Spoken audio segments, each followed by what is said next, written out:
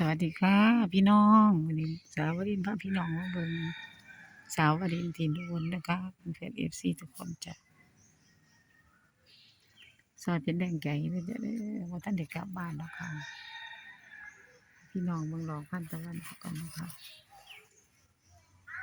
คำแดงๆว่าจ้ะเนาะฝากกดติดตามให้ด้วยจ้ะเด้อพี่น้องสาธุอนุโมทนาเอาบุญมาฝากด้วยจ้าเอฟซีทุกท่านนะคะพี่น้องๆซอยฝากช่องน้อยๆไว้เนี่ยค่ะหัดใหม่ไม่กับไม่แท้ๆสวัสดีค่ะ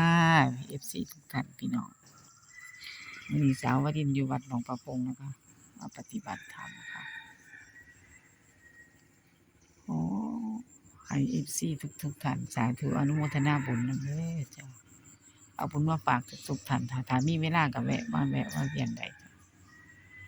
อยู่เจดีย์พี่ละสาววรินทร์ก็ดีบ่ได้ไปนะอยู่โซนนะบ่ค่อยคัดเพิ่นจ้าสาธุ